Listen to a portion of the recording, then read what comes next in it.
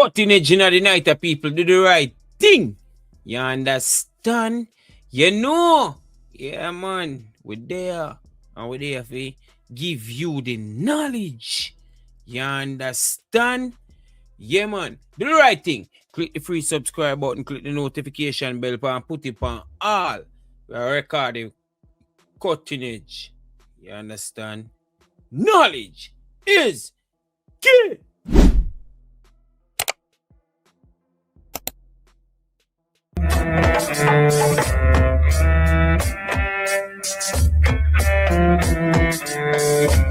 Last week we started the program with this tune now. A tune we have played for years. Heard about Ruption a while ago. If Ruption not play Jimbe solo style, people vex. Or we have featured him solo album. Some people ask me what the album name. For me, WhatsApp it name Uptown Rebel. Uptown Rebel. That is what the album name. And we have featured it right now. Here we go.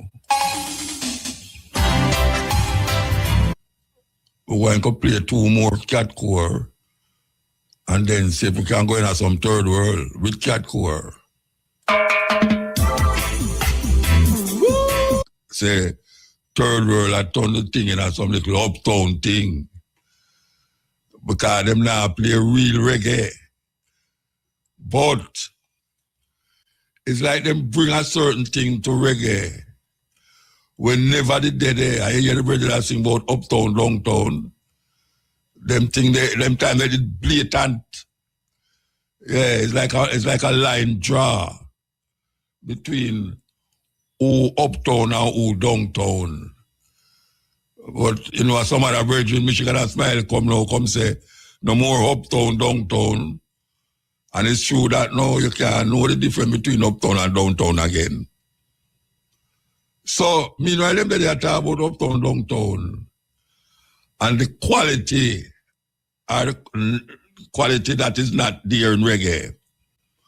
A man named Niney, the Observer, carry Third World go our studio and come out with that song here. That song here, they put no album at all. Big tune, big tune. Show there, a big show that.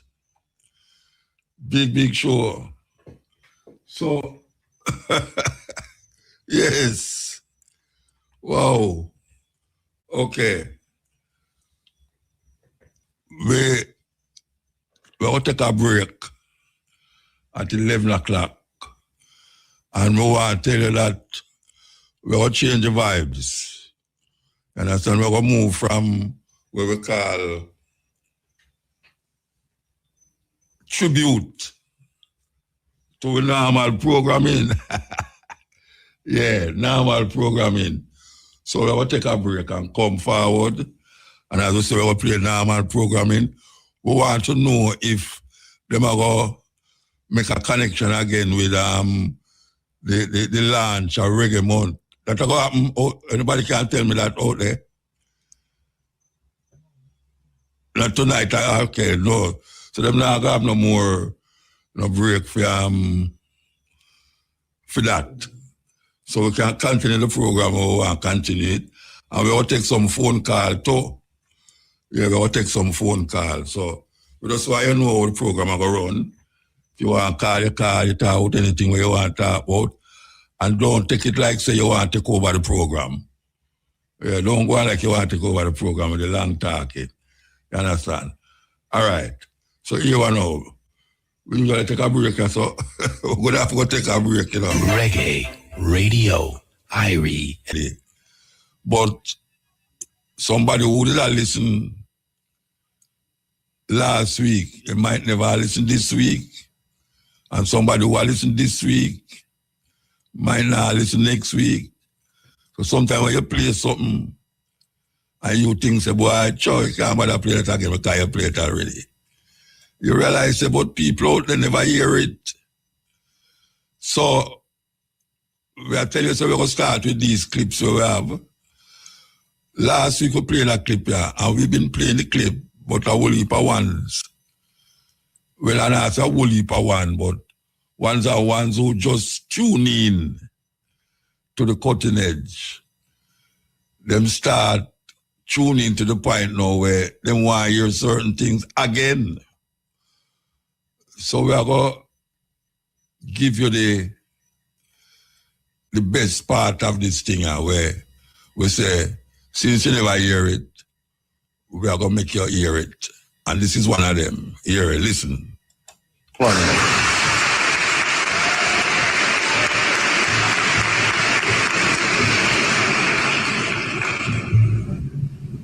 King Lear, late at night on the cliffs, asks the blind Earl of Gloucester, "How do you see the world?"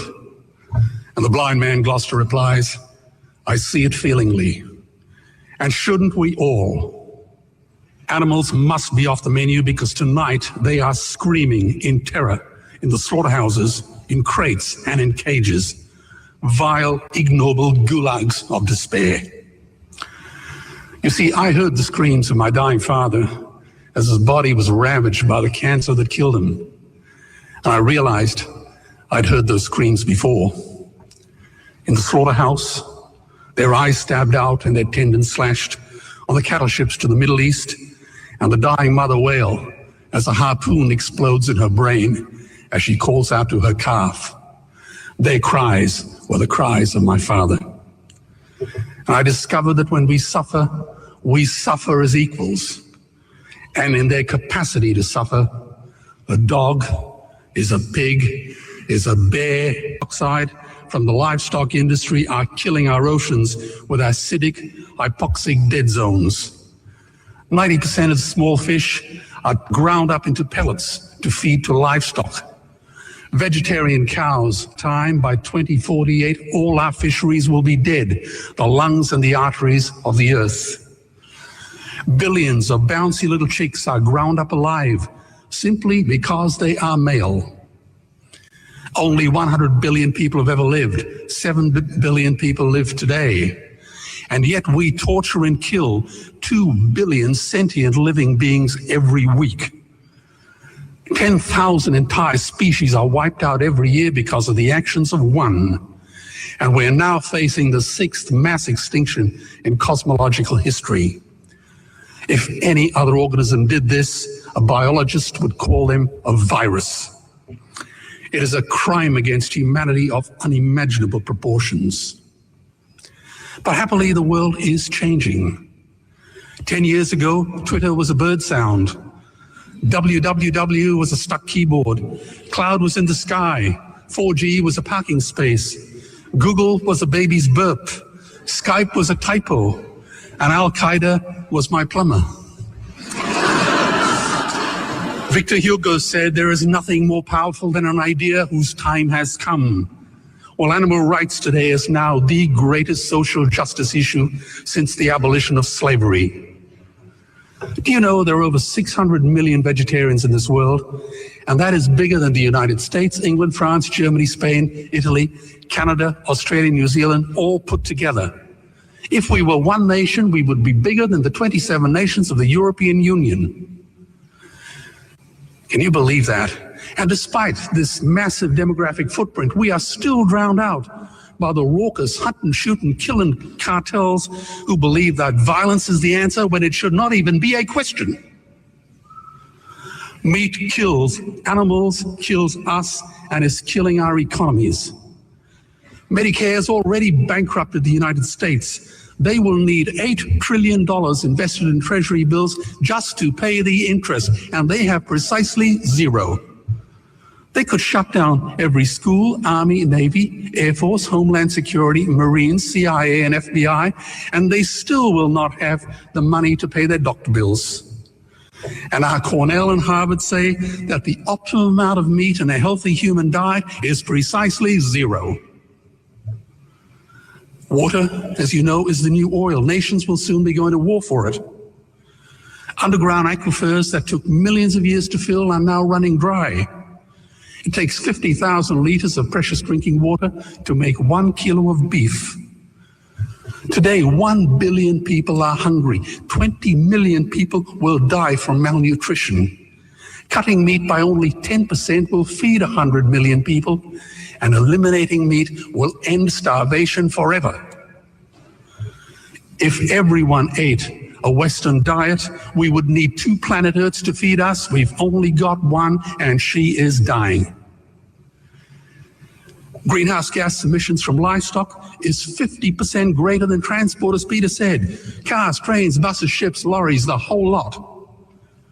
And as I travel around the world, I see poor countries who sell their grain to the West while their own children starve in their arms. And the West feeds it to livestock so we can eat a steak? Am I the only one who sees this as a crime? Believe me, every morsel of meat we eat is slapping the tear-stained face of a hungry child. When I look into her eyes, do I remain silent? The earth can produce enough food for everyone's need, but not enough for everyone's greed. We are facing the perfect storm. If any nation had developed weapons that could wreak such havoc on the planet, we would launch a preemptive military strike and bomb it back into the Bronze Age. But it's not a rogue state, it's an industry. The good news is we don't have to bomb it. We can just stop buying it. Sir George Bush was wrong. The axis of evil does not run through Iraq, Iran, or North Korea. It runs through our dining tables. Weapons of mass destruction are our knives and forks. Our proposition is the Swiss Army knife of the future. It solves our environmental, water, human health problems and ends cruelty forever. The Stone Age didn't end because we ran out of stones. This cruel, disgusting industry will end because we run out of excuses. Meat is like the 1 and 2 cent coins. It costs more to make than it's worth. And I come from the bush. Farmers are the ones with the most to gain. Farming won't end, it would boom. Only the product line will change. Farmers would make so much money, they won't even bother counting it, and I'd be the first to applaud them. Governments would love us. New industries would emerge and flourish. Health insurance premiums would plummet. Hospital waiting lists would disappear. Hell, we'd be so healthy, we'd have to shoot someone just to start a cemetery. So tonight I have 2 challenges for the opposition. 2 challenges. Meat causes a wide range of cancers and heart disease. Would they name one disease caused by a vegetarian diet? And 2, I'm funding the Earthlings trilogy. If the opposition is so sure of their ground, I challenge them to send a copy of the Earthlings DVD to all their colleagues and all their customers. Go on, I dare you.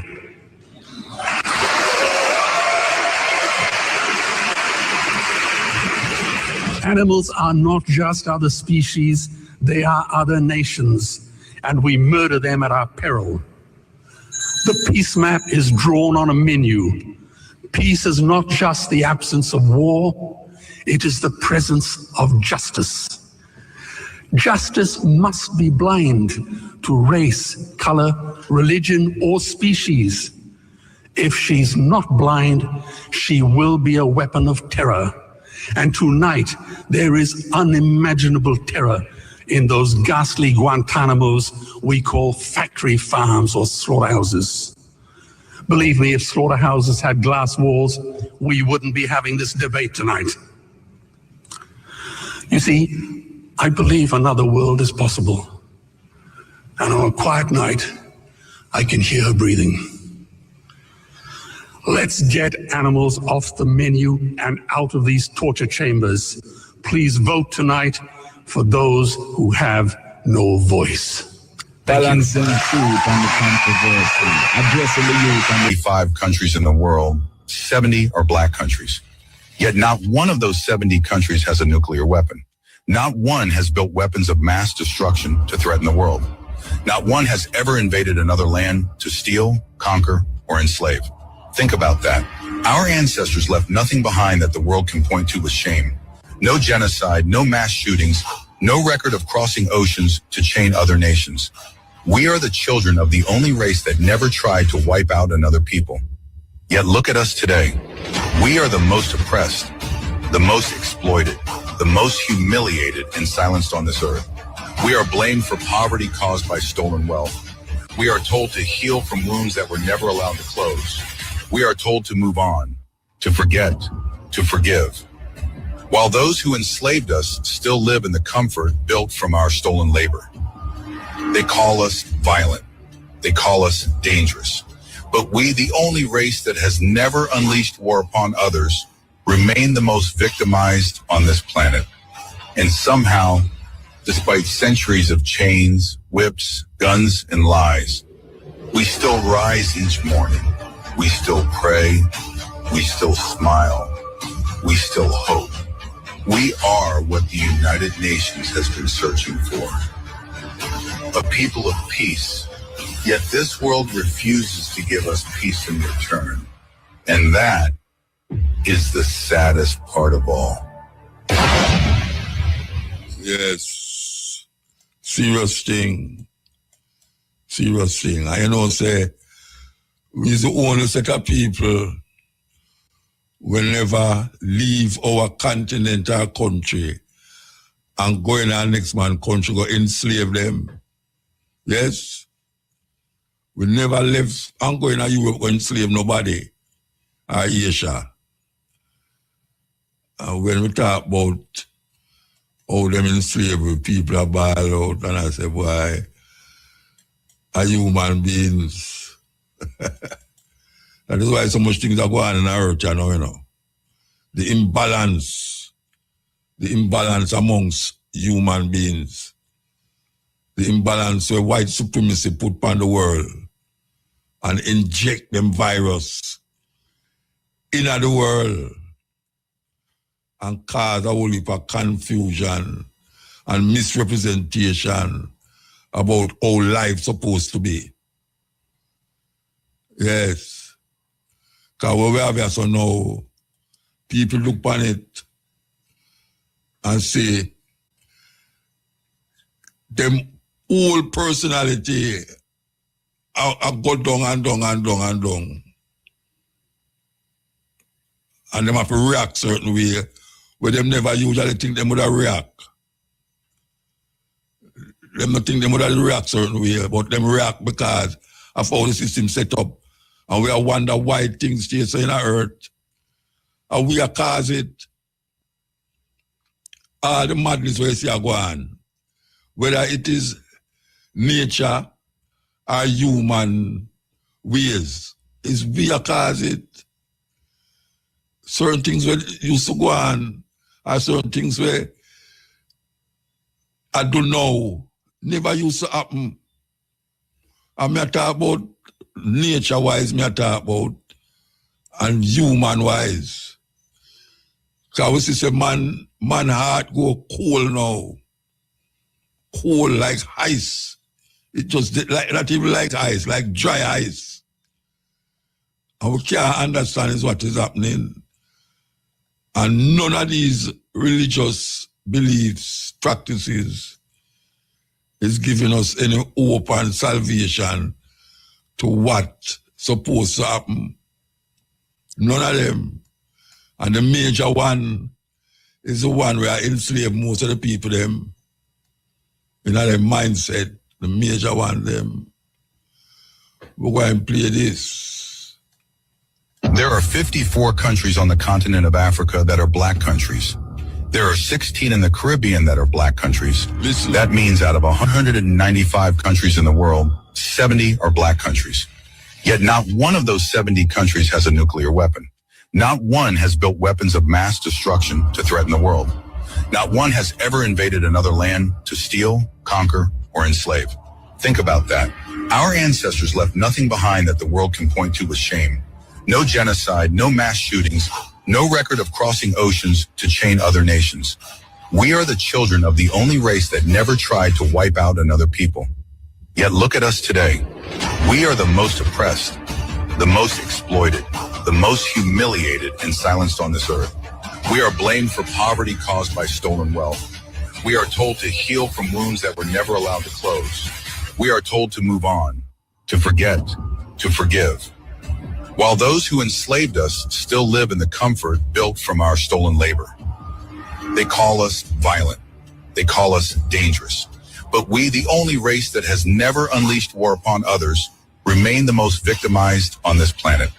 And somehow, despite centuries of chains, whips, guns, and lies, we still rise each morning.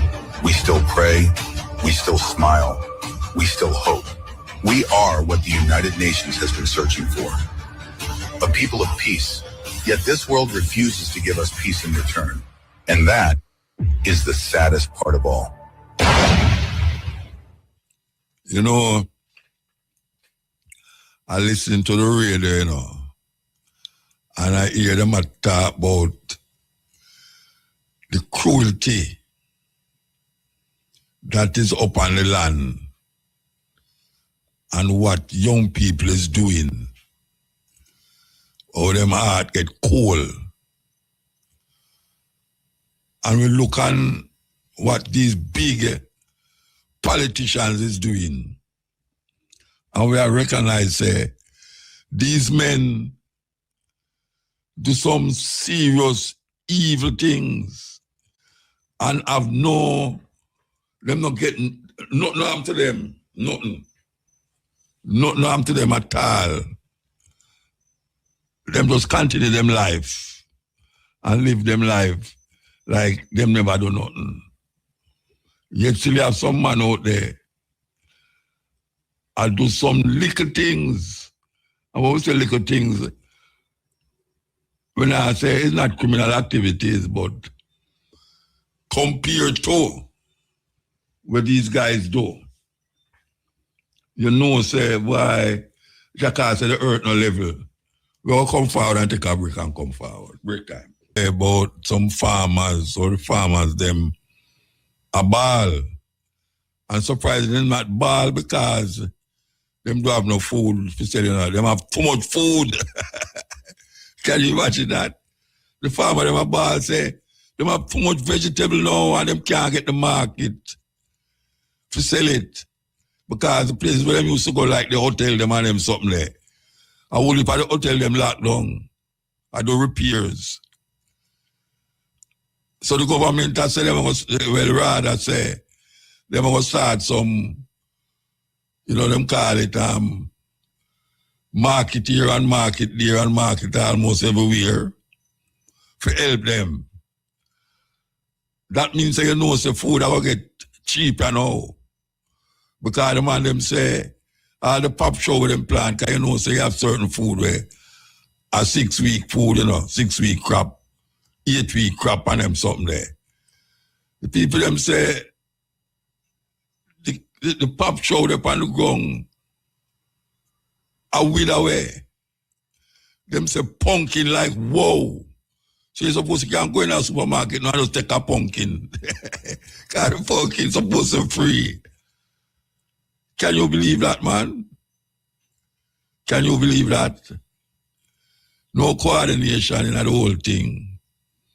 Because one time your ball saying I no food. And now the ball is that you have food till you can't sell it.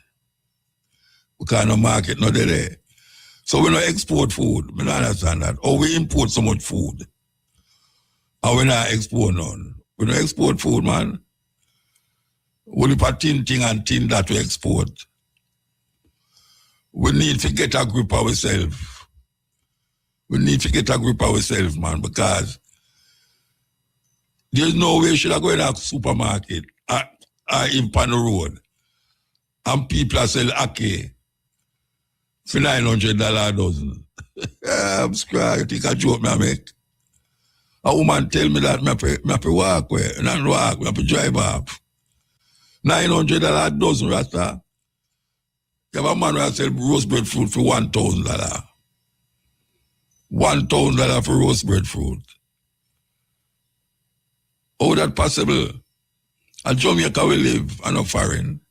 When you go foreign, you go to a market, you say, a tin of ackee. One tin of ackee. And you know what I'm saying for? $18 US. $18 US. For some tin of ackee. Some of them are $20. When we see the brethren I buy it, one, me not eat ackee out of tin, that's the one thing. Two, me love ackee. But me not go find go buy no ackee out of tin for $20. No, sir. But Anya, so now it's like them why you do something different now because the people them get wicked. Price gouging are going. Like what the Prime Minister say, we must have price gouging. But guess what? I know the market people them do that talk, you know. And the people them have supermarket and them places, but guess what? And the people them at the market, I don't most of the gouging, they are the people them at the market. When them jack up the price, I say, man, if you don't want it, you can't left it, you know. Yeah, man. All a planting.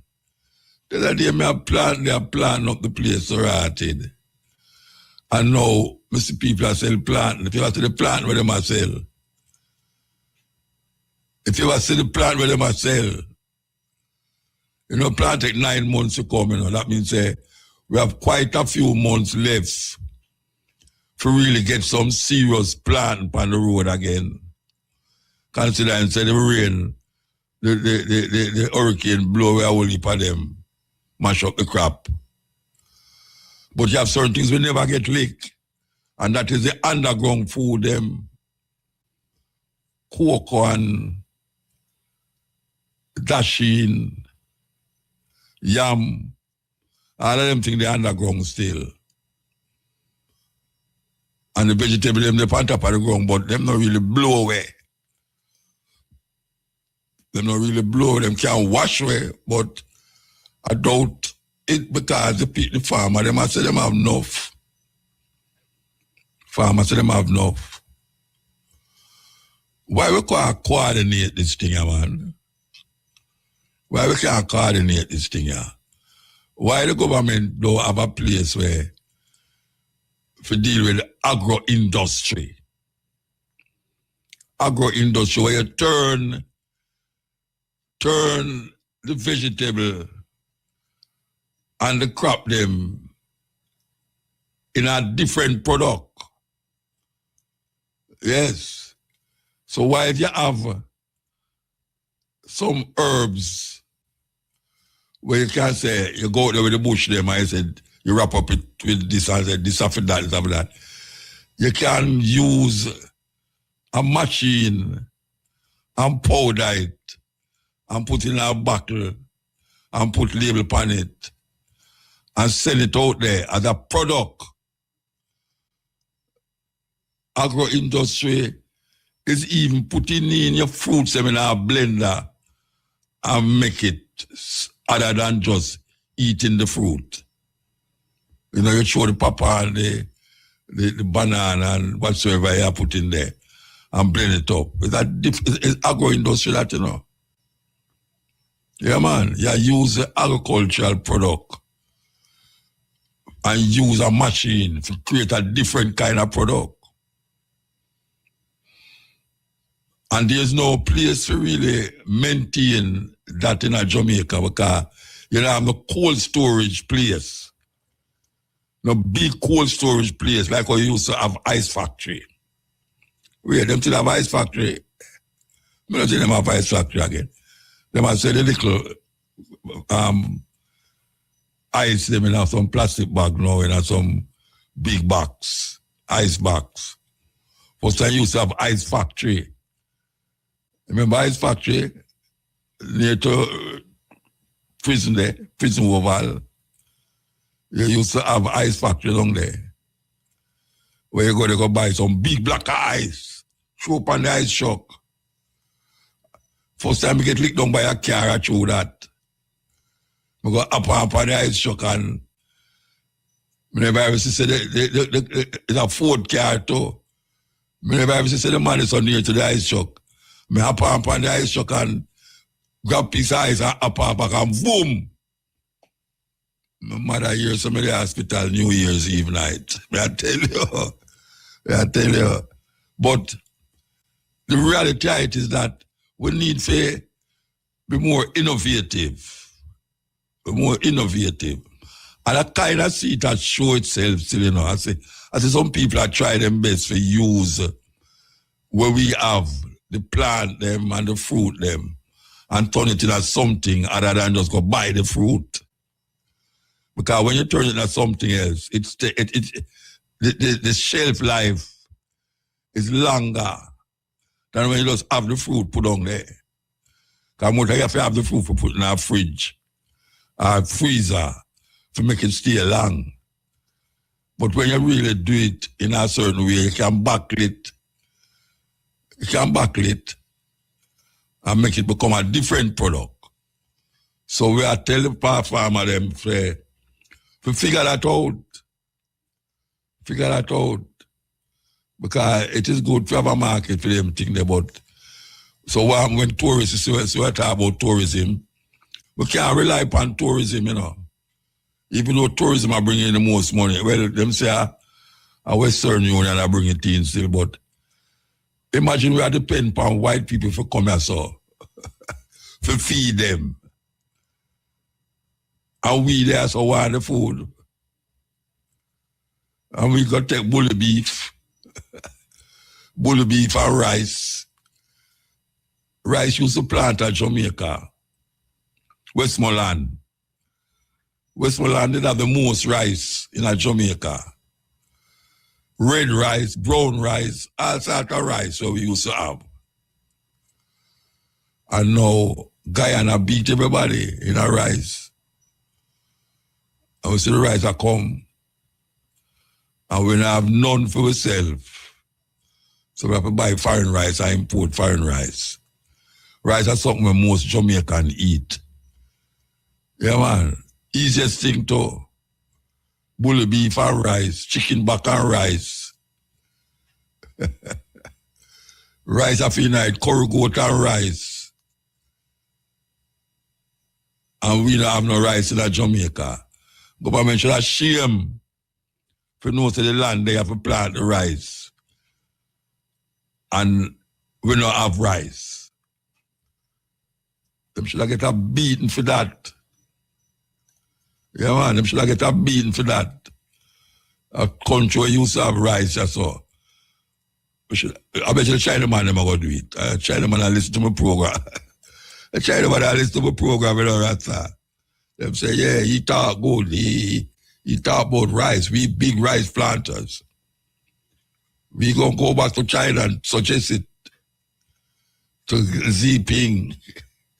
But I tell you, we must create more to supply the needs of the Jamaican people before we think about exporting. We must have enough food to feed ourselves and we export the excess. That is our a common sense government supposed to run. You can't keep or produce things for export it. You're not China. And yet still China produce things for themselves. We can't be a country where just a live for export things to people and we want things that's where we can't do ourselves and we don't have it. What kind of madness is that? It's a total madness. All of them church buildings where you see about the place. Most of them people there, them are pray every day. And them hungry. And them still go out church, go give the people them their money. And some of them churches don't have nothing to do with the people them in terms of helping them financial situation. Because the poor man them are gay, the poor woman are gay, the church her money and she poor. And the church I give you hope and salvation when you're dead. That is how it goes. We need to take a stock. We need to take a stock. And so it goes, yes. The Church of England once owned a sugar plantation on Barbados that profited it about £5 million a year in today's money. They purchased slaves from West Africa and subjected them to inhuman treatment, including having the word society branded on their chests with a hot iron to show that they were the property of the church. Previous Archbishop of Canterbury actually chaired the meetings approving the purchase of more slaves for the plantation. They were needed because so many had died as a result of their inhuman treatment. The church also enslaved children as workers too. The wealth the church enjoys today and its ownership of vast parts of the land and real estate of England and its prestige is because of this shameful blood money from the past. The Catholic Church and many of the popes were no better, abusing the innocent and forcing them into slavery. People often trust religion, religious people, and the church. They shouldn't. It has little, if anything, to do with God or Jesus. It is a human system spawned, controlled, and dominated by men. It is responsible for atrocities throughout history, even up to our present day. Yes. How true that is. Cutting edge, man. The man who cut the edges, man. Boy, I tell you, say, look on Jamaica land. Look on Jamaica, look on empty land in Jamaica. As far as we can turn up and look in a house, a pay land. And we can't have food. We hungry. Why? Boy, I tell you, say, we people for your sense and make we take the land, you know. We tired, you know, and hungry and foreign people. I say, man, I vex, you know, Virgin, and time I see what I want, you know. Because we want the land to plant food for we and we picking them to come. So when we can't get the land, and the most I make the land free with the people. My goodness, we can't understand these people. God no, Father, we can't understand these people.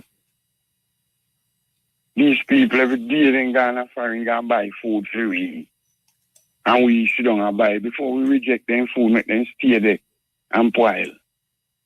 And because food are in the land, out of the land where food supposed to come from. We don't know what kind of system then take up foreign food. I don't know, say it hurt me. It hurt me, you know? Slowly. Yeah, man, all this fertilizer thing. And something that hurt you smartly. Yeah, man, my fertilizer are the rain. And the rainfall are my fertilizer. You know what I mean? So you plant somewhere, you have somewhere you plant? You have somewhere where you plant food?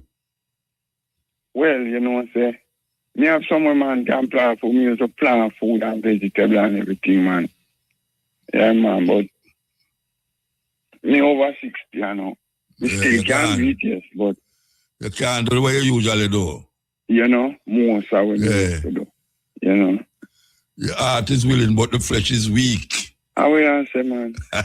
So the whole will come after a while. You know? Your mind, I tell you, say you can't do certain things, but... No more. Your body, I tell you, say, no, don't worry, that, you know. I was being drop you. John knows that we can't do nothing, but through me high, me have a high problem, all right? Yeah, do that. Yes, yeah, man. You know, me run go take vaccine. You go take the vaccine? Yes, man, run go take the vaccine at them time, the 21. And he lay me up, me high, he turned pan. Oh, you know, sir, it? Then after it. Yeah, but after it, you know, sir, it, that means that you are after it. Sure me well all right before it. And by the time I take it, started when we realized a couple months time a problem. So when you go to the doctor after you find out the problem there, eh? Yeah, man, I go to the doctor. So what the doctor tell you when you go there? He now go tell me, say, he might tell me, say, some kind of something. No, some kind of something like what? What? Which part of something like, there? Something uveitis and... Which part that there? Which part is there? Tell me. No, the eye. In your eye? Yeah, man. After him check me, say, uveitis. You know, sure no glaucoma? I one at a time that too, me see that too. It tells you glaucoma too? Me get the drops to that and then it come on out. That kind of clear up, you know, when next one name? You have glaucoma, you have, when next one name? Yeah, me know how you talk, me soon tell you about. I can't remember name. So you feel, say, are they? Yes, man, I vaccine, man, because me well alright. No, but that we are not rich, you know what I mean, that you're well alright. Then look how much people well alright and tomorrow you to then drop down dead. Alright, yeah, alright. Wait, then say, you know, you have some youth to play football and them well alright and then you're going to see them drop down on the field. Yeah, man. Me hear enough of that too. Well, then claims a underlying sickness, father, so underlying sickness. Mm. Well, you're alive still, so you can't do something. But you can't see properly. Where am I say no? You have cataract. No go in the bush to make nothing, tangle me and so. Oh yeah? They don't put on goggles, man. I don't make none of my friends and thump me in my eye. Put on goggles, man. You're afraid of them, put on goggles. Right. I don't see me, I go. River. No, man, boss. You never see something.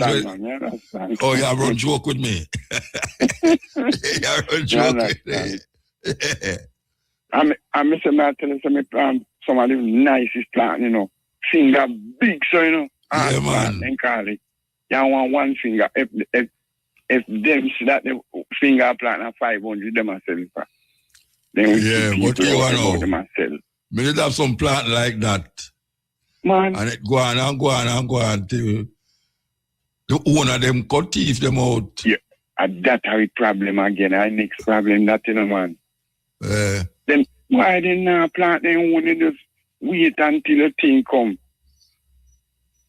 My wife tell me say, she know her brother will go chop for banana and I come sell wheat, sell her it, and I fear banana. And I come sell her road banana. All then something they are going, no for that are going a serious thing. It's a way I tell you. Serious thing. We don't know what to do to get rid of all them things. We're going to take a break and come forward, Yeah, man. Me going to come on. Brothers and sisters, this is export rather than a plant food to make the people them eat. It's a serious thing. Because a long time I talk about this rice thing, Because I know how the thing did look when rice did have grow at Jamaica. Yes, we know how it did go. And a guy control the rice market in the West, so in the Caribbean, Guyana. And we don't have not even a drop of rice. Look at all them cane field where them have this now. Why them not say cane out of style now? Money Musk and Froome and all them people there. Warm to them land there. Flood the land them and plant some rice, man. We keep a say it.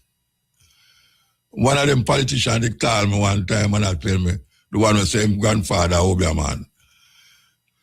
They might call me and tell me what the government are going to do. And now them are put it, and that's how long ago now. That's before COVID, yes. Before COVID, they might tell me these things by the radio. That's why I say politician is something else, Rasta. Something else. Anyway, here we're going to know. We're going to feature the prophet. Hear the prophet when I talk about now. There's a book by Khalil Gibran, a Lebanese writer, poet. Him write a book named The Prophet. Him write some other books too, but the most known one is a book named The Prophet. And him deal with different subject in the book. So I want to play some of the subjects them for you when deal with. Yes, that you can have another understanding. All right, we'll take the call first. Mota. Yeah, Mota. blessed. Greetings, blessed love and prosperity. Wadada. You know, give thanks. What me I say? You're there on the agriculture. So me just say a little thing, a long chat. You see the agriculture thing, people just need to just take a stand right now because you can tell forward to Jamaica was one of the top 5 countries in the world that produce, that they have one of the biggest banana exportation. Now, I don't know if they weave 1%. And sometime last year I was calling me and telling her about agriculture, how much land we have at Jamaica. And then he used insight and certain way in which he said, right, because no prisoner them can go farm to feed themselves instead of certain things. So the point is just this. The land them is there. Other country are plant rice. So to Jamaica, we can do the same thing like how Jamaica love rice and peas. But I notice nobody now take up my thing when I tell them, say, let out the prisoner them. Then you know, let the prisoner them. I'm never just say one thing. Them use some broke rock stone. Them use some broke rock stone out of flour mill area there. Yeah. Prisoner use so they broke rock stone, you know. None of them ever escape. Remember them days that I liquor you used yesterday the prisoner them broke the rock stone and the rock stone. Yes. So them free really know. Jamaica economy somewhere because them get paid for make feet in the prisoner, them go broke the rock stone and them sell it. So I don't know if the ship come by the mall or something. But then with some investment going out right where somebody benefit. No, the point is this no motor. Listen this now when I said today. And you say, boy, this is very knowledgeable. No motor. We understand this, but the public not understand it. Them brain does a spin around so and I rotate like planet Earth. But even though planet Earth I rotate, no one can feel it. That is the mystic of the Most High Creator. Now the point is this motor. Now if all the day long someone know the right and I do the wrong, brother, and them end up brainwash the people them so much that the people them can't see say the wrong way them I lead them. What you do to help yourself in another situation where as a man with the knowledge, the wise and the overstanding, with your 5 senses the most creator there. You just go and hold your part and do what you are do because you see say the multitude been lost and astray and they not realize it because no care what them say, money still a go thief, no care what them say. Certain people now go prison fee, but little poor sufferer people, them that will happen. Well, in this ant of time, the ant of time is showing sign. It is AI, our mankind. Don't you be unkind. Conscious in our life, heart and mind. Muta, me just say one thing and seal it right as so. Me say me a song them conscious life, heart and mind. Me ask the eye, please, they can just play that fear in the night. I don't know if I have it, you know. Me send it in an email just a while ago. But me not going to look at no email now, Bridget. Me up on the radio. No, me send it from where they still. Shame Clark, they write this stuff. Shame Clark, that's what they say, my brother. You can find it from Muta. Muta will allow you to go. All right, me feel like out. All right. It's thanks, yeah? More prosperity, yeah? Yeah, man, Harry. Yeah, yes, I am. Yeah, so we'll talk about this book called The Prophet. And we will start, as in between the call them, we will give you the prophet. So this is the prophet. The topic is on eating and drinking. On eating and drinking. Listen.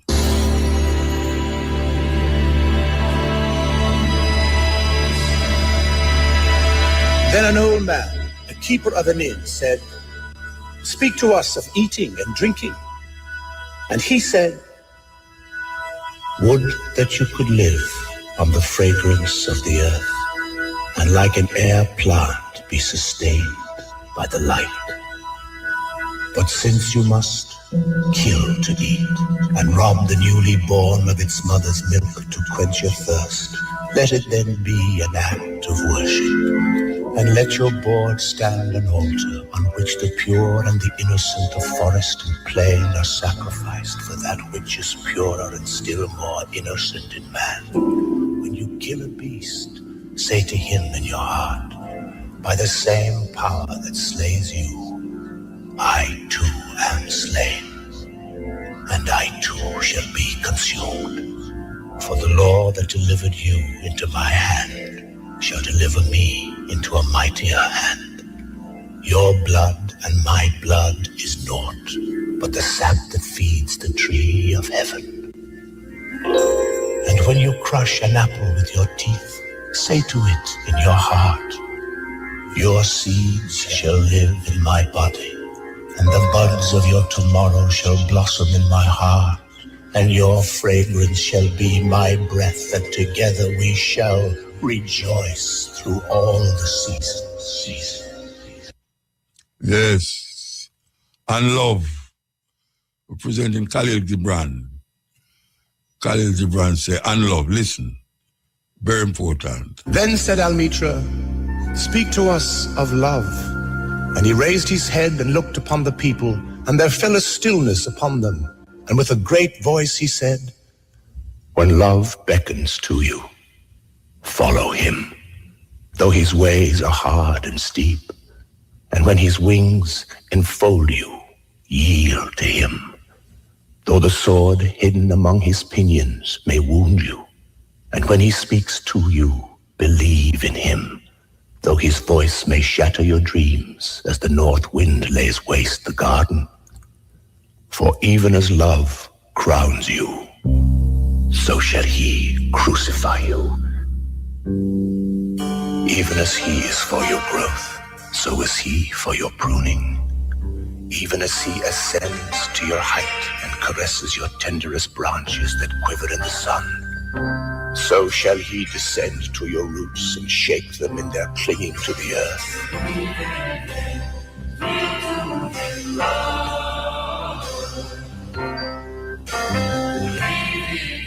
Like sheaves of corn, he gathers you unto himself.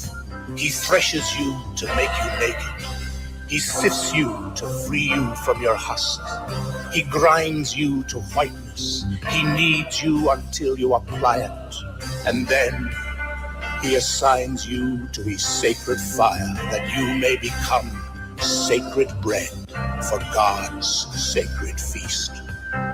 All these things shall love do unto you, that you may know the secrets of your heart, and in that knowledge become a fragment of life's heart. But if in your fear you would seek only love's peace and love's pleasure, then it is better for you that you cover your nakedness and pass out of love's threshing floor into the seasonless world, where you shall laugh, but not all of your laughter, and weep, but not all of your tears. Love gives naught but itself, and takes naught but from itself. Love possesses not, nor would it be possessed, for love is sufficient unto love. When you love, you should not say, God is in my heart, but rather, I am in the heart of God. And think not you can direct the course of love, for love, if it finds you worthy, directs your course. Love. Yeah. Right. Right. The motor. Yeah, man. My motor just continue to play the clip them here, because our politicians and the vision here, motor. They don't have no vision. They need the land to put up the high-rise buildings. Just go to Bournemouth. I don't want to own half a cent of us. Motor, may I listen to JPFM and Ellen Davis White and Horace this China man. And the man them defend the hypocritical role the Prime Minister play. Why he can't say nothing about Donald Trump. You can't say nothing to a man where I arrange war. Diplomacy. Eh? No, but Muta, if you can stand up and say, if a common man in Jamaica violate, you literally are get him killed. This man create anarchy in the world, Muta. It blatant. That means we're hypocrite, Muta. We know better than the common criminal then. We still, remember this man, the free for telling people they don't come to Jamaica in a motor. So, what I try to tell you to America is not referring enough. And all they tell the people themselves, farm, oh, we are not an independent country, so we can't. So a man must keep the wrong and keep praise him. And I go on and talk about we are a Christian nation. No, man. We're worse than the church and we're slave, man. A man, you say you want a man. You are going to the Caribbean to get you that jug ship and gun. And you literally a blow boat without no trial, no evidence. And you can't say nothing motor. And this man afraid to sell them gun, them come to Jamaica. He's afraid to tell people so don't travel to Jamaica. And you will take out the man now. And I tell the man, when can do with Cuba or him to run in place. I will know a blatant thief. Eh? We don't have no vision motor. We don't have no vision motor. All the politicians them going to power for the motor have high-rise building.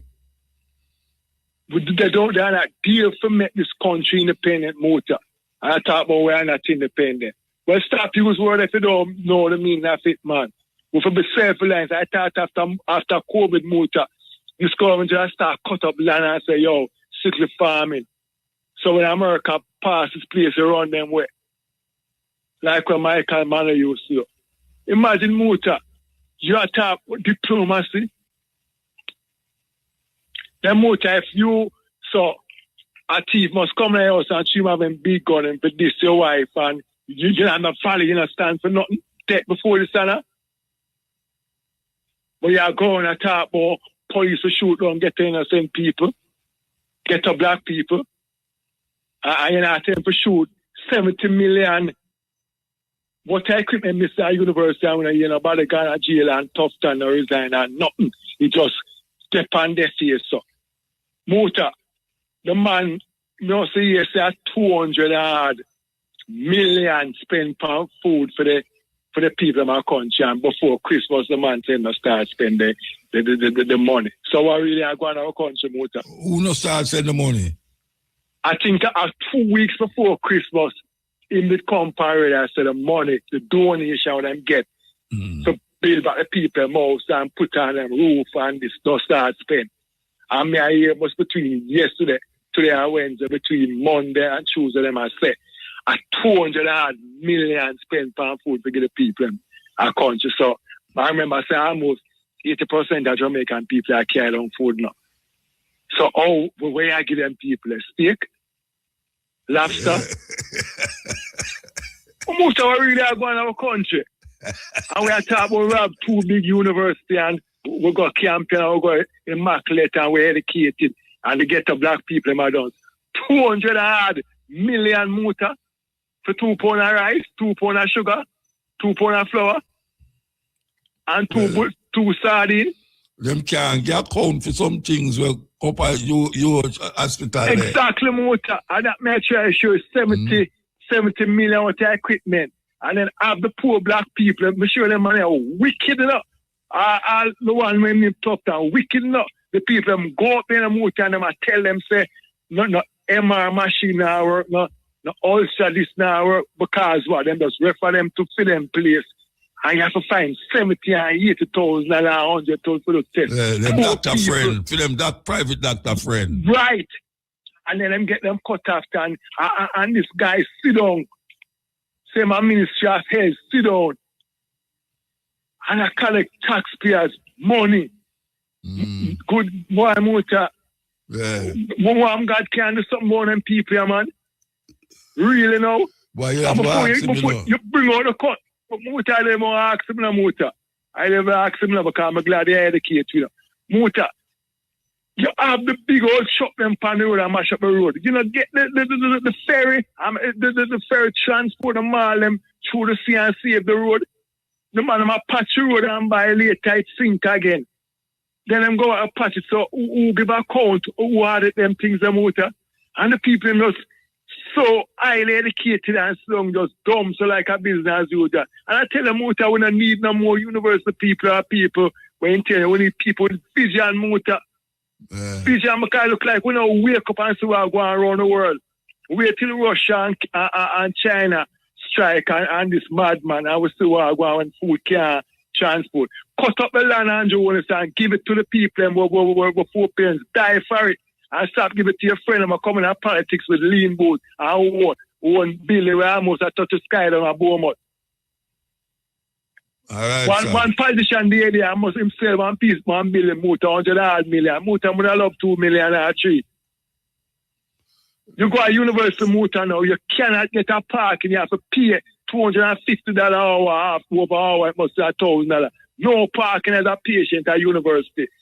You have to pay now, everywhere you have to pay now after people are go through hardship. Yeah, you saw them man that glorify money. Notice that top of university. So Motor, finally, so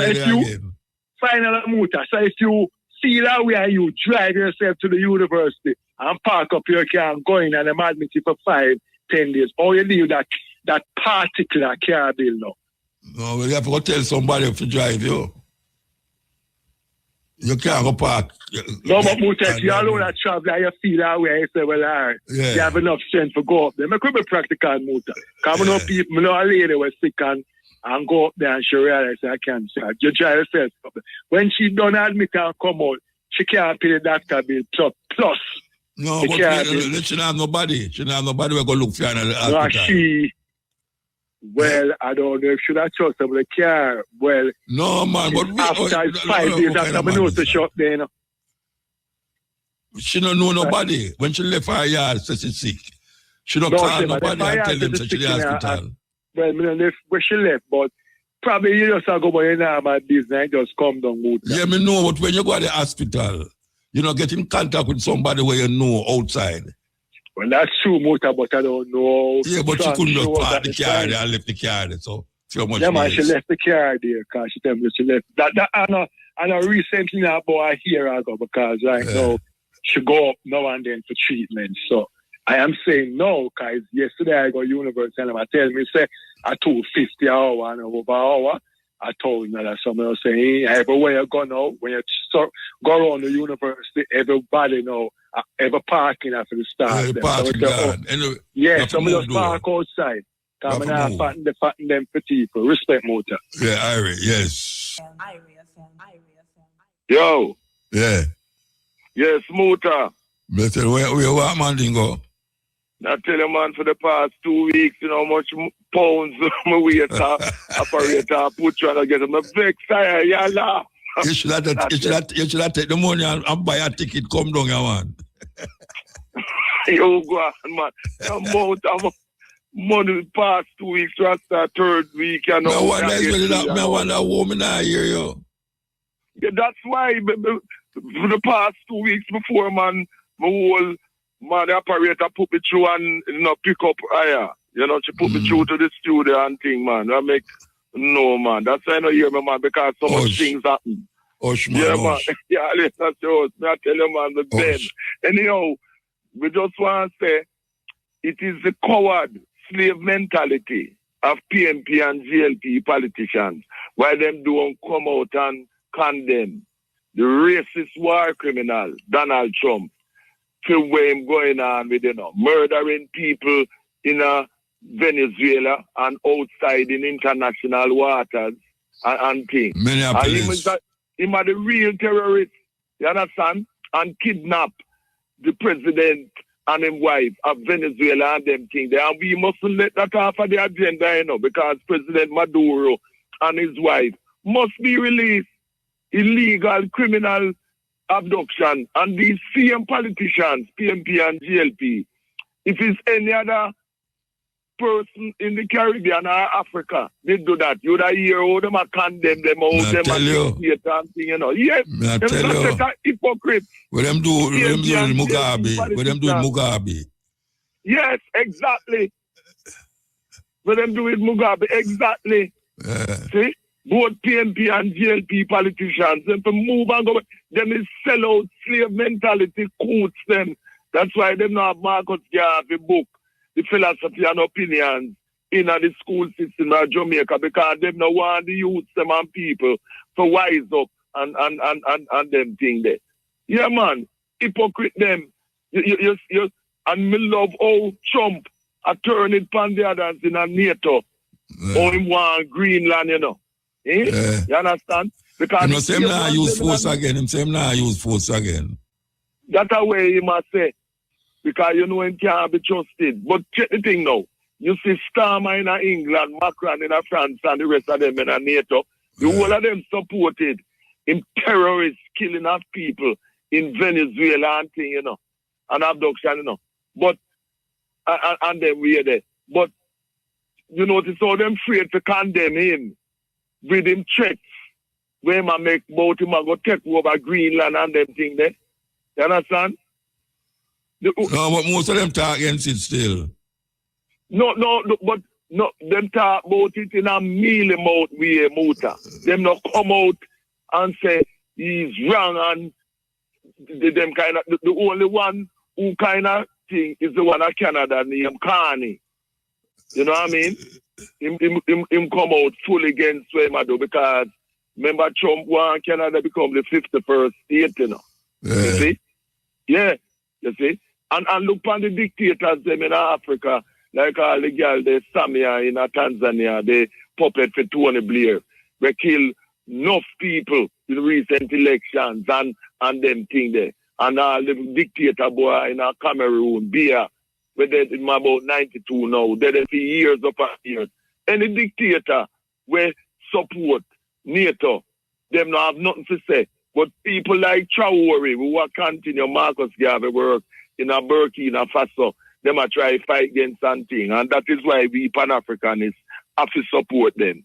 And by the way, Muta, condolences, man, to the family of Steve Catcourt, third world, Yes, and them thing there. And a brethren named Tippy Evans, Wildman Street, Central Kingston area, near our school technical there. Sadly, a truck killed him Monday morning, at the corner East Street and Charles Street, near P.A. Benjamin, It's a death spot. Me know him. Yes, of course you know him. Tippy, me know Tippy, man. Yes, Tippy, Evans, brothers, them, man, condolences to Tippy, because two other brothers gone already, Eardley and Eardley and Cotta, and them thing there, so, and we have the funeral of Mai and Audrey from same Central Kingston, our area there too, you know what I mean, and thing, for them funeral thing. And by the way, last week, Sharon Garden, who used to live on 9 Van Street, Rallington Town, and she's a niece of Barry Salmon. She write her first book, Sherry Baby. She was here from the States to promote the book, to help her promote it. And like how you did their Pen Pam's the bookshop with meet and greet. Yes, may arrange it for her to be there and along that New Beacon bookstore. So she got the whole of them? She went to the whole of them? Yeah, the Pen Pam say in halls, then when me and you there, we take there's about 4 of them is going up, 5 of them or something. Yeah, well, she went to the 2 main ones then, the one at Brixton, which is the first one, founded about 28 years ago, and the one at Halls then, and then New Beacon Books by 72 Finsbury, Stud Green Road in a Finsbury Park, where she had the launch, and I was the MC. It's very good. And what Sherry Baby is about, it's kind of semi-autobiographical. She used to go Alpha, and she talking about life in Jamaica from 1969 to 1975. And it's the first in a trilogy, and it's things where I show life in a Jamaica, the politics, where we call barrel children, parents who leave them children go abroad and send barrel to them, leave them return the sexual abuse where children, very, very good book, Sherry Baby by Sharon Garden, we used to go to Alpha, and it's an audio too, so it has gone very, very, very good, that book, and it's good that we have in women who writing and representing and showing our story, because Muta, as you know, only we can write and represent our woman who write book, man. You have a whole heap of woman who write book. Yes, man. I will love that. Yes, man. Yeah, man. A whole heap of book out there by women, man. Yeah, man. You know, and we love that and thing, you know. And I must say that we love how Light Parks come back in the music thing with a new tune name. You Make Me Feel So Nice, you know. Sounding really good, and Leroy Sibbles continue with works, Chance to Love and to all women I ever love. No, Chance for Love. No, him have a true name to all the girls I ever love. You know that? You love, yes. It's a whole song him sing over. Yes. Yeah, man. And thing. And him have a tour at Japan and come up sometime in a May too, you know. Think it's May and thing. But we're glad to say good and hope and Linda with Theme album. This is my song. We're glad to say good reggae music, you know, still a make and I go and play and promote it for my radio show them and dances and them things. And the boy Keir Starmer, man, it's just a matter of time before you hear him out, man, because him coming, typical a politician, say more do good, and it's pure arms out Keir Starmer keep up, man. You know what I mean? About it, man. Not delivering. Yeah, man, not delivering at all, man, and in the party, you have elements in there that are plot to get rid of him, man, because the Labour Party are down in the polls. Yeah. And Keir Starmer is somebody I have no sympathy for. Remember when he tried to get rid of Diane Abbott out of the Labour Party because she talk about the racism that we face is not like the discrimination with Irish and Jews and them things they get due to things. Yeah, man. And it's because public pressure by us as people, why Diana, but still not the party and thing. But Keir Starmer not delivering. And Muta, you say Brexit has been the coronavirus to Britain, man, because prices of things gone sky high since Brexit. Because them now get no duty-free things again and them things. And see, Trump had threatened them with 10% tariff over Greenland, you know. Yeah. Yes, you see. And me and you know, tariff, who feel it? Is the consumer who buy, you know, because all the people them before who import, them just pass it on. Them just pass on the percentage tariff. Yeah, man. Serious thing. You know what I mean? But we as African people, Mota, we have to do what we have to do. And we must not allow this thing that Jamaica must become a republic to go off the agenda, you know. You notice how them kind of hope say we just forget about it.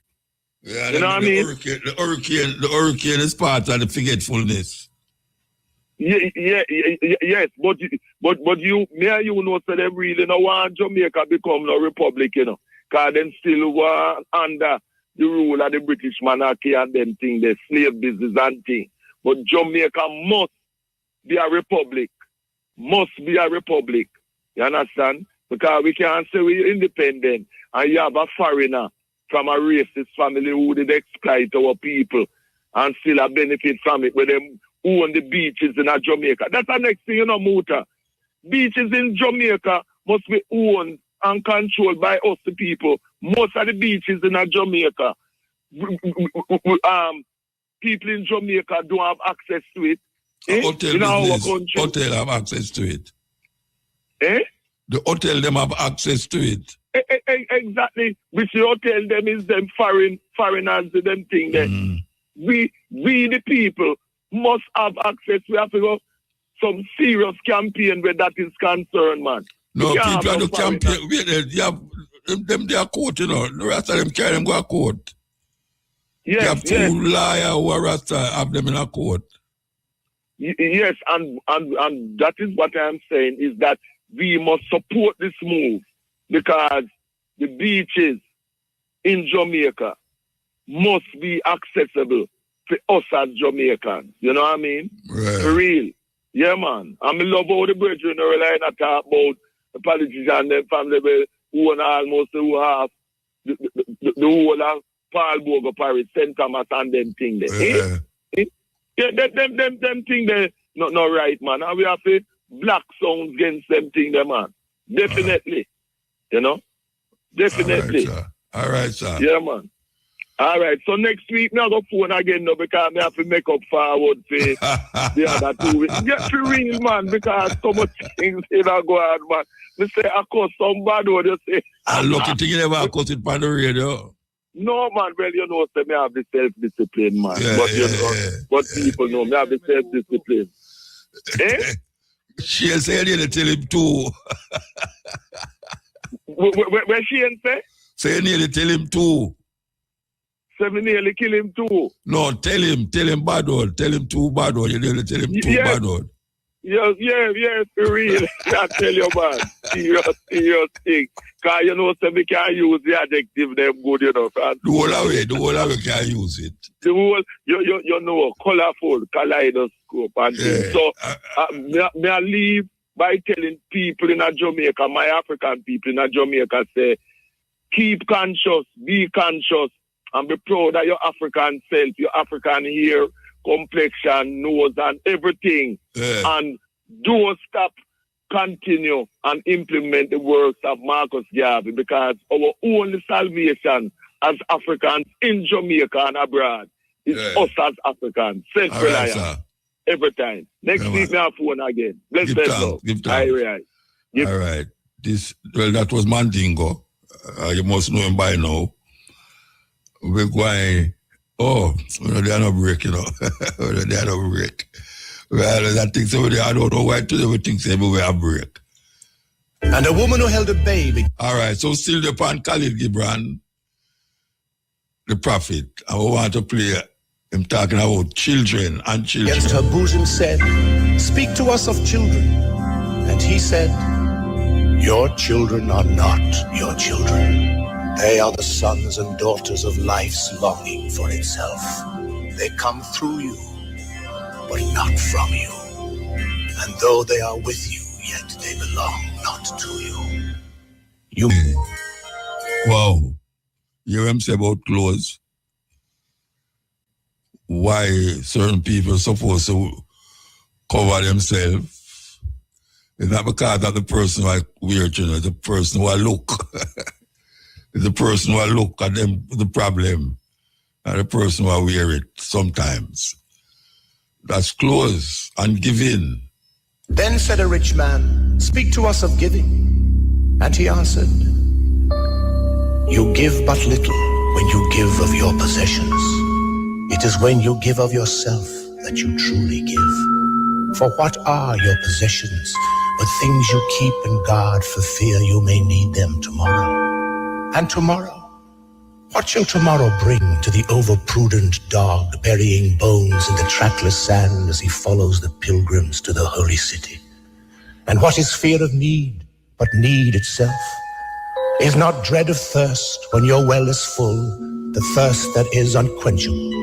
There are those who give little of the much which they have, and they give it for recognition, and their hidden desire makes their gifts unwholesome. And there are those who have little and give it all. These are the believers in life and the bounty of life, and their coffer is never empty. There are those who give with joy, and that joy is their reward. And there are those who give with pain, and that pain is their baptism. And there are those who give and know not pain in giving, nor do they seek joy, nor give with mindfulness of virtue. They give as in yonder valley the myrtle breathes its fragrance into space. Through the hands of such as these, God speaks, and from behind their eyes he smiles upon the earth. It is well to give when asked, but it is better to give unasked through understanding. All you have shall someday be given. Therefore, give now, that the season of giving may be yours and not your inheritors. You often say, I would give, but only to the deserving. The trees in your orchard say not so, nor the flocks in your pasture. They give that they may live, for to withhold is to perish. See first that you yourself deserve to be a giver and an instrument of giving.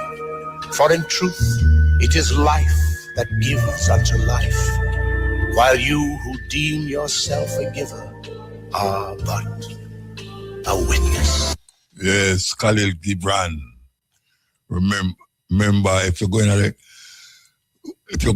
the what them call it, YouTube, and put Khalil Gibran, Gibran, and look up for The Prophet, the book named The Prophet. You're supposed you can't get it in the audio. Yes. Yeah. Yeah, Muta. Yes, sir. Yeah, man, what going on? Cutting edge. All right, cutting edge. Yeah, two things. When I say drive on the junction road.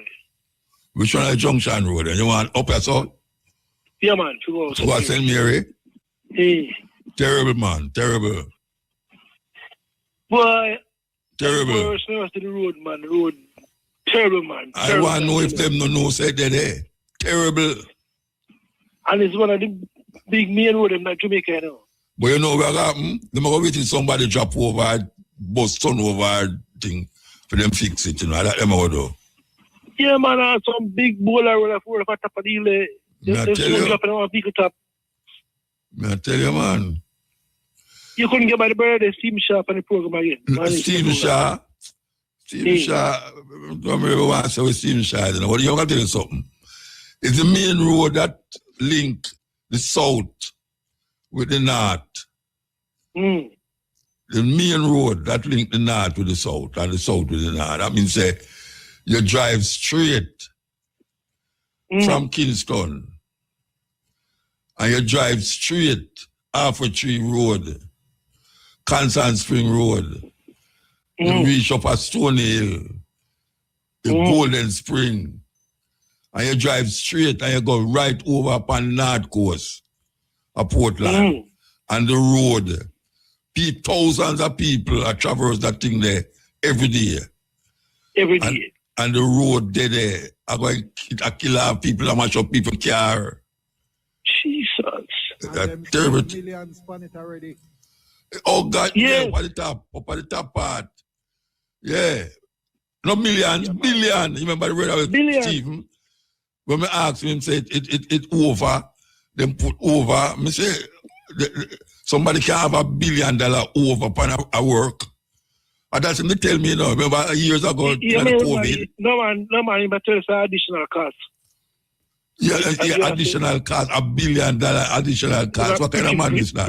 Additional cost. No, it's not cost overrun, it's additional cost.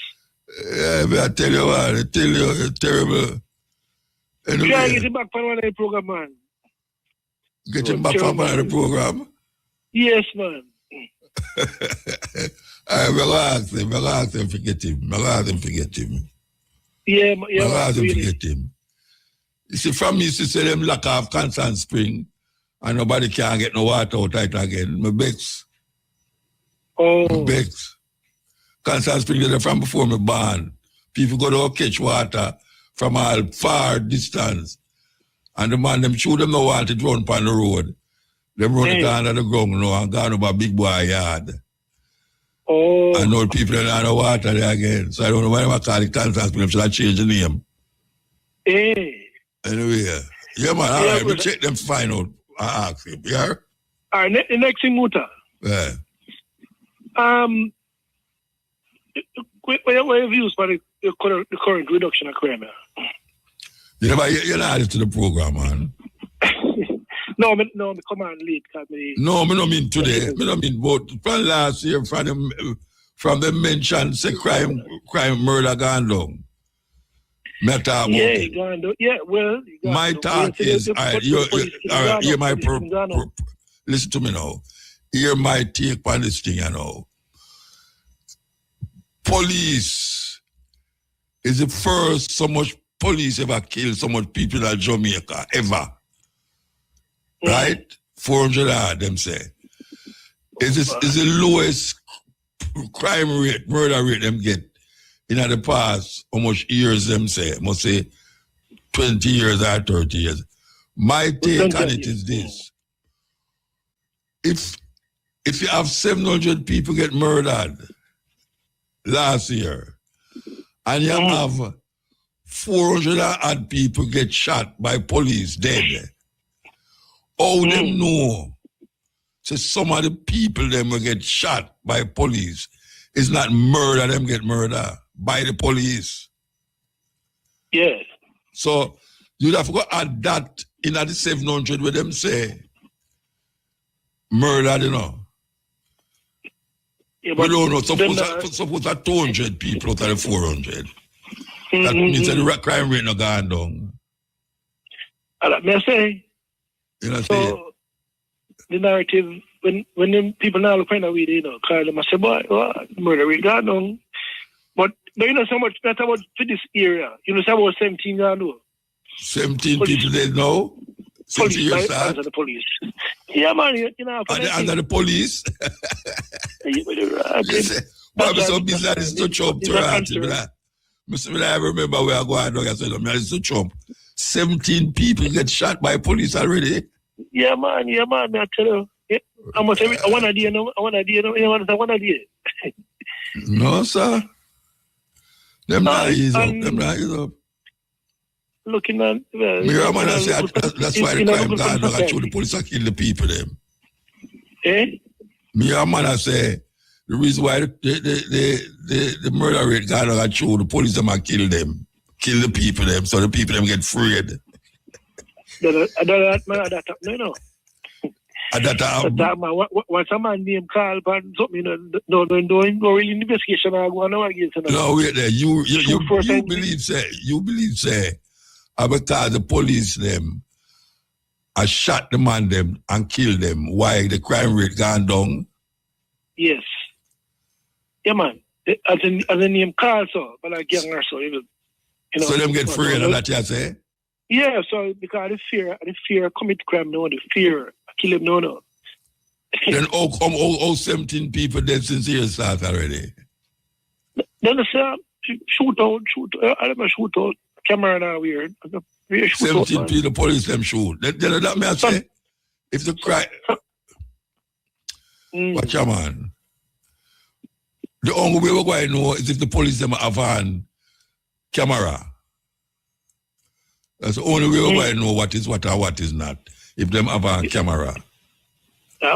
When you think that, will come to reality? When you think that will come to reality? The Prime Minister of Jamaica say them have 1,000 camera, but me know say him must say that from about little after when the hurricane come. Before the hurricane, they must say them have 1,000 camera. Yeah. And him go like say a new news him give away. When they done here, say 1,000 camera there already, so how come them not be, man? How come them not be, they need more logistics to operate the camera, they need a system, and they have to train them, and so. Watch out, man. A joke them attack. Joke business them attack about, man. So the narrative is that when the police officer the camera, the crime rate is going to go up. So, no, well, we don't know because you can't see we are going on the camera. That's what they're thinking, you know. Yeah, so, well... It will shuttle them on. It will chain up them on. For no say. Because one of them the other day, you know, shut a man, you know, and then them ask him, want to the camera, you know what him say?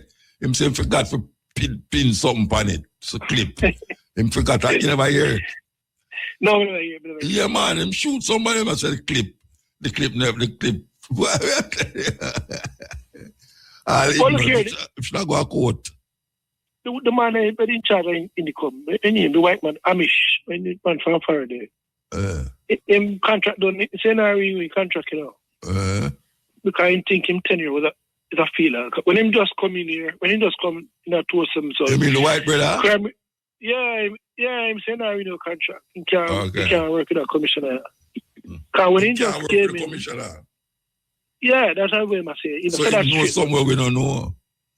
Right. But I'm saying when he came, police killing was about 288 when he just coming at 207.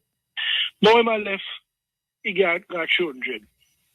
So I must say, during that time, when him farm income, the murder rate dropped to, the police killing dropped to 100 and then it dropped to 80. But then new commissioner come down, he got back to 288 and then back to 300. So he must have clean thing will come out a failure because he got he left that 300 last year. So I'm saying he not renew the contract. I want to get that on the media, but the people not that. It was in the remind feature again, I say not renew the contract. All right, sir. I have to move. Yeah, but all right. Yeah, man, give thanks. Yes, may I tell you, so much things to say. We'll continue with our little thing, you know, and laws. Then the lawyer said, "But what of our laws, master?" And he answered, "You delight in laying down laws, yet you delight more in breaking them. Like children playing by the ocean who build sand towers with constancy and then destroy them with laughter. But what of those to whom life is not an ocean and man-made laws are not sand towers? What shall I say of these, save that they too stand in the sunlight, but with their backs to the sun? They see only their shadows, and their shadows are their laws. But you who walk facing the sun, what images drawn on the earth can hold you? And who is he that shall bring you to judgment if you tear off your garment, yet leave it in no man's path? People of Orphalese, you can muffle the drum, and you can loosen the strings of the lyre.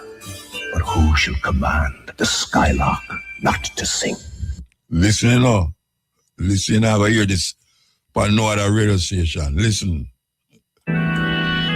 Then Almitra spoke, saying, "We would ask now of death."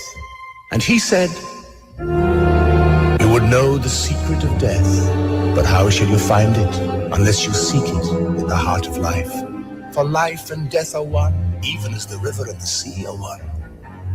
In the depth of your hopes and desires lies your silent knowledge of the beyond. Like the seed dreaming beneath the snow, your heart dreams of spring. Trust the dreams, for in them is hidden the gate to eternity. Your fear of death is but the trembling of the shepherd when he stands before the king whose hand is to be laid upon him in honor. Is the shepherd not joyful beneath his trembling, that he shall wear the mark of the king? Yet is he not more mindful of his trembling? For what is it to die, but to stand naked in the wind and to melt into the sun? And what is it to cease breathing, but to free the breath from its restless tides, that it may rise and expand and seek God unencumbered? Only when you drink from the river of silence shall you indeed sing. And when you have reached the mountain top, then shall you begin to climb. And when the earth shall claim your limbs, then shall you truly dance." At the cutting edge with motor baroka, what the term say? Hey, them can't stop here now. As long as jam music rock, ticka ticka ticka tack. Hey, motor, get them an extra. It's like that. Then one of the judges of the city stood forth and said, "Speak to us of crime and punishment." And he answered, saying, "It is when your spirit goes wandering upon the wind, that you, alone and unguarded, commit a wrong unto others, and therefore unto yourself. And for that wrong committed must you knock and wait a while, unheeded, the gate of the blessed. Like the ocean is your God self, it remains forever undefiled. And like the ether, it lifts but the wing. Even like the sun is your God self. It knows not the ways of the mole, nor seeks it the holes of the serpent. But your God self dwells not alone in your being. Much in you is still man, and much in you is not yet man, but a shapeless pygmy that walks asleep in the mist, searching for its own awakening. And of the man in you would I now speak. For it is he and not your God self, nor the pygmy in the mist that knows crime and the punishment of crime. Oftentimes have I heard you speak of one who commits a wrong, as though he were not one of you, but a stranger unto you and an intruder upon your world.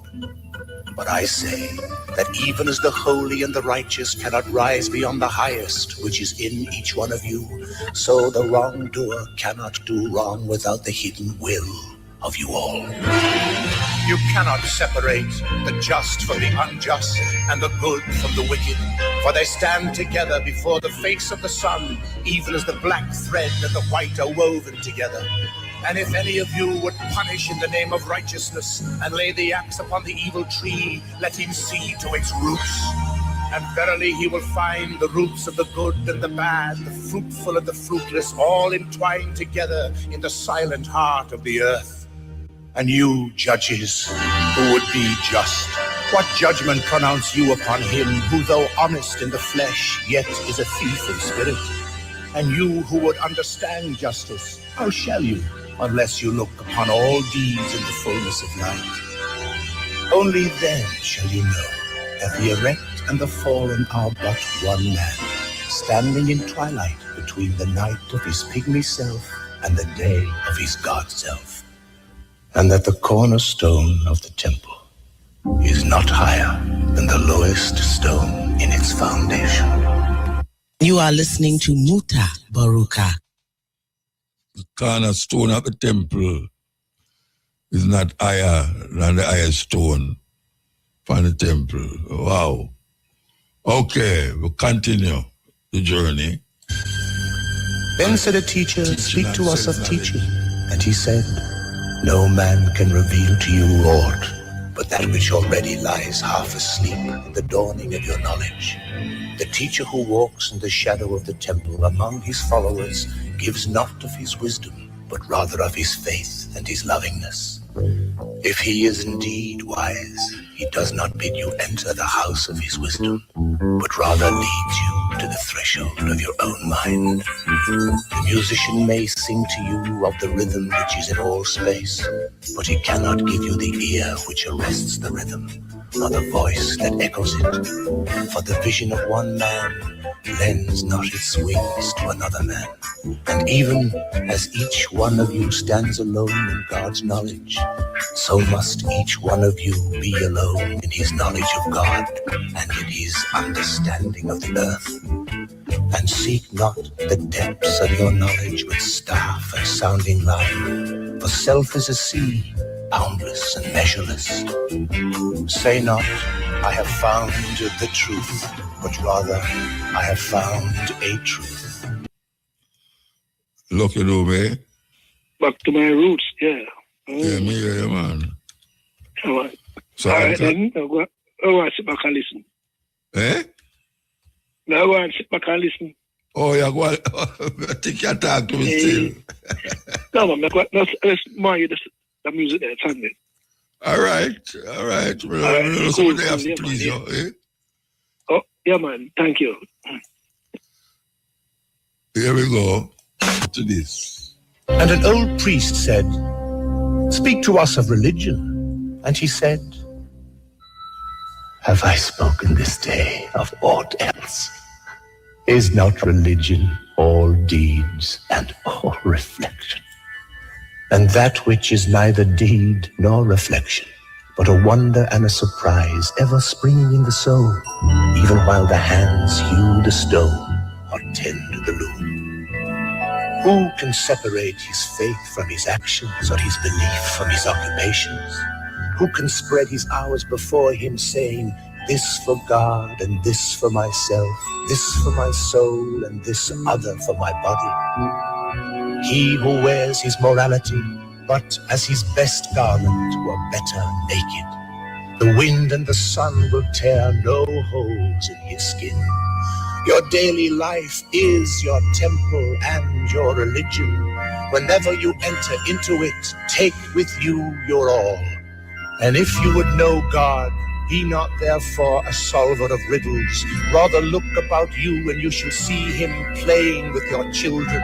And look into space, and you shall see him walking in the cloud, outstretching his arms in the lightning and descending in rain. And you shall see him smiling in flowers, then rising and waving his hands in trees. I would love if you go get the book, or even the audio book, and listen to it in the privacy of your own home, or put on a headphone, on your phone, your iPhone, and listen. And a youth said, "Speak to us of friendship." And he answered, saying, "Your friend is your needs answered. When your friend speaks his mind, you fear not the nay in your own mind, nor do you withhold the eye. In friendship, all thoughts, all desires, all expectations are born and shared with joy that is unacclaimed. When you part from your friend, you grieve not, for that which you love most in him may be clearer in his absence. And let there be no purpose in friendship save the deepening of the spirit. And let your best be for your friend. What is your friend that you should seek him with hours to kill? Seek him always with hours to live." Yes, that's the knowledge. That's the knowledge, man. That's right there.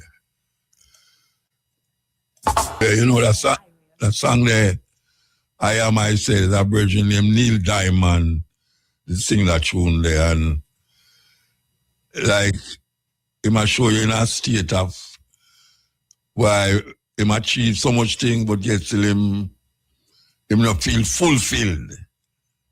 Him not feel fulfilled. I said. Examine that tune there, though. That's a deep writing. Yes, El. I said. Examine that tune there, though. Turn off your radio. Deep writing, yes, I Come like you don't want to hear me then, all right? If I start the tune, I now cut it, turn off the radio. Come like you don't want to hear me. Him not talk, all right? Me now cut the tune when I play it, Okay, here we go. Nubia's forgotten monarchy, older than Egypt's kings. Before Egypt's pharaohs donned their crowns, Nubia's sands cradled the world's earliest known monarchy around 3000 BC. In northern Sudan, artifact from the Custal Cemetery, incense burners etched with royal symbols like falcons and crowns, reveal kings ruling a sophisticated society predating Egypt's first dynasty by centuries. These Nubian rulers from the A-group culture commanded trade empires along the Nile, buried with ivory scepters and gold, influencing what would become pharaonic traditions. Later, their descendants in Kush would conquer Egypt itself. But these forgotten pioneers laid the foundation for African kingship. Unearthed in the 1970s, this evidence rewrites history, showing Nubia as the true cradle of monarchy, not a shadow of Egypt, but its elder. Power flowed from the south. Follow for more hidden histories.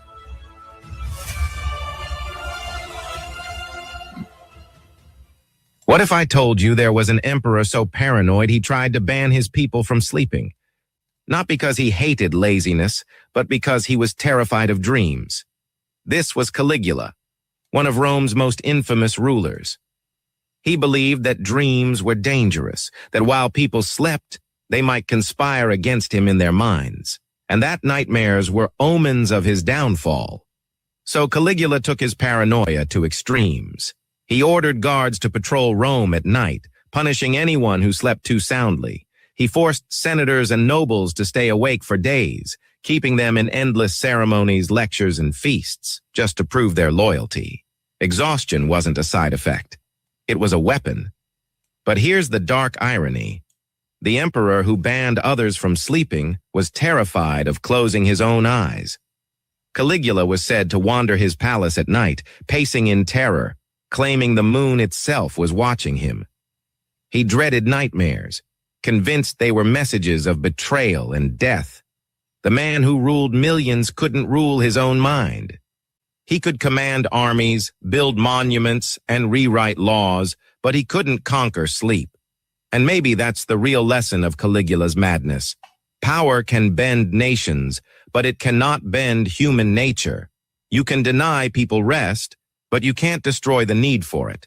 And in the end, Caligula's sleepless paranoia didn't save him. It consumed him. He was assassinated by his own guards, betrayed in daylight, exactly as his nightmares foretold. So the emperor who tried to ban sleep was undone by his own restless mind. Serious thing. And I want to tell you too, for those of you who know about them kind of history, Caligula used to lay down with donkeys in his bed and horses in his bed. And whenever a couple come to him and say they want to get married, and hey, I mean, I talk about what black people write about white people. I talk about what white people write about white people.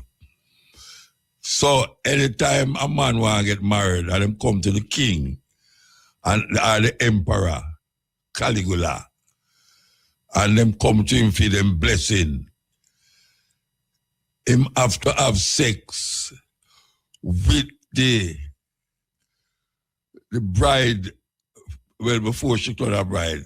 He have to have sex with her first before the husband have sex with her. And this is history, you know. This I don't know. Round the corner talking. Him have to sit down and have sex. I lay down and have sex with her before the husband married to her. What a life. What if I told you there was an emperor so paranoid he tried to ban his people from sleeping? Not because he hated laziness, but because he was terrified of dreams. This was Caligula, one of Rome's most infamous rulers. He believed that dreams were dangerous, that while people slept, they might conspire against him in their minds, and that nightmares were omens of his downfall. So Caligula took his paranoia to extremes. He ordered guards to patrol Rome at night, punishing anyone who slept too soundly. He forced senators and nobles to stay awake for days, keeping them in endless ceremonies, lectures, and feasts, just to prove their loyalty. Exhaustion wasn't a side effect. It was a weapon. But here's the dark irony. The emperor who banned others from sleeping was terrified of closing his own eyes. Caligula was said to wander his palace at night, pacing in terror, claiming the moon itself was watching him. He dreaded nightmares, convinced they were messages of betrayal and death. The man who ruled millions couldn't rule his own mind. He could command armies, build monuments, and rewrite laws, but he couldn't conquer sleep. And maybe that's the real lesson of Caligula's madness. Power can bend nations, but it cannot bend human nature. You can deny people rest, but you can't destroy the need for it. And in the end, Caligula's sleepless paranoia didn't save him. It consumed him. He was assassinated by his own guards, betrayed in daylight, exactly as his nightmares foretold. So the emperor who tried to ban sleep was undone by his own restless mind. I mean, names should change, for crying out loud. I don't understand why it's called Victoria Falls. I mean, who's Victoria? Who is Victoria? I don't go to London and something is named Kanyisile Drive. Really, names should change. And even personal names should change, people. We should get there. I don't understand why we still give birth to Patricks in 2025. No, not in 2025. In the era when you were born, maybe. Because we need to understand how these names came about. You had a Christian name and you had a heathen name. So when your mom took you to a clinic that was run by missionaries and they say this child's name is Karma, they say, no, I can't pronounce that. We're breaking my tongue. Besides, that's a heathen name. This child's name is Christina. So people died fighting for a name change. And for me, that should come under statutory, and that includes towns. Yes. Yes. Why we have these names? What are the three primary animals that people eat? Chicken, beef, fish, pork. Okay. You look at all of those animals. Are any of them carnivores? No. None of them eat meat. So if you're eating something that didn't require meat to build its own protein, then why do you need to eat that to create your own protein? Hey, this man, thinking. The strongest animals in the animal kingdom: gorilla, monkeys, rhino, elephant, ox, none of them eat meat. We take one example like the lion and say, okay, we're supposed to eat meat, not understanding that most animals don't actually eat meat. And then when you start to think about even our biology, like you think about how a lion is set up or carnivores are set up, they always have teeth to match to be able to kill meat. Yeah. We don't. They also have a jaw that can only collapse this way. It can't go this way like ours can. Your jaw going side to side is indicative of you being an herbivore. You eat plant. When you look at our digestive system, the digestive system of a lion is about 7 feet long when you lay it out. The digestive system of a herbivore or a plant eater is going to be somewhere between 20 and 35 feet. Guess what? Ours is between 20 and 35 feet. So our biology is set up for plant.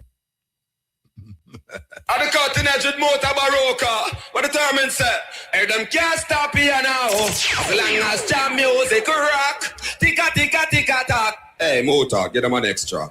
What are the three primary animals that people eat? Chicken, beef, fish, pork. Okay. You look at all of those animals. Are any of them carnivores? No. None of them eat meat. So if you're eating something that didn't require meat to build its own protein, then why do you need to eat that to create your own protein? Hey, this man, thinking. The strongest animals in the animal kingdom: gorilla, monkeys, rhino, elephant, ox, none of them eat meat. We take one example like the lion and say, okay, we're supposed to eat meat, not understanding that most animals don't actually eat meat. And then when you start to think about even our biology, like you think about how a lion is set up or carnivores are set up, they always have teeth to match to be able to kill meat. Yeah. We don't. They also have a jaw that can only collapse this way. It can't go this way like ours can. Your jaw going side to side is indicative of you being an herbivore. You eat plant. When you look at our digestive system, the digestive system of a lion is about 7 feet long when you lay it out. The digestive system of a herbivore or a plant eater is going to be somewhere between 20 and 35 feet. Guess what? Ours is between 20 and 35 feet. So our biology is set up for plant. Listen.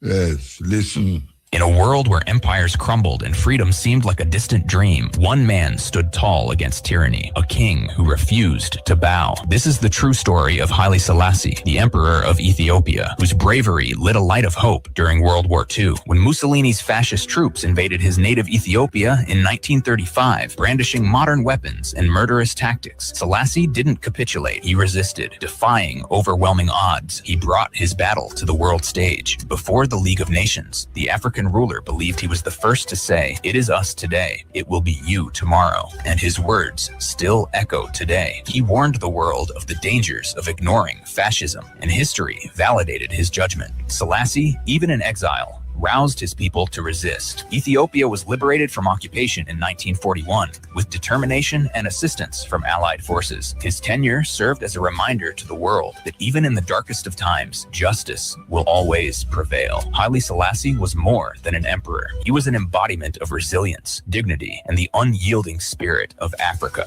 And his legacy, it lives on forever. What do you consider to be a real leader? Let us know below.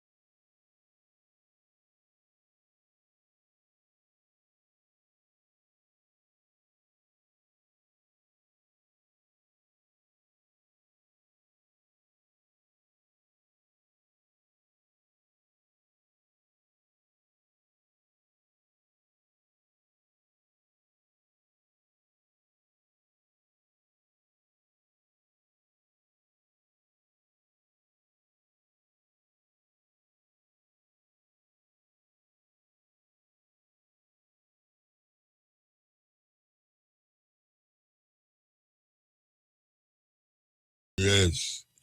Serious thing. So, we'll be back here at 2 o'clock.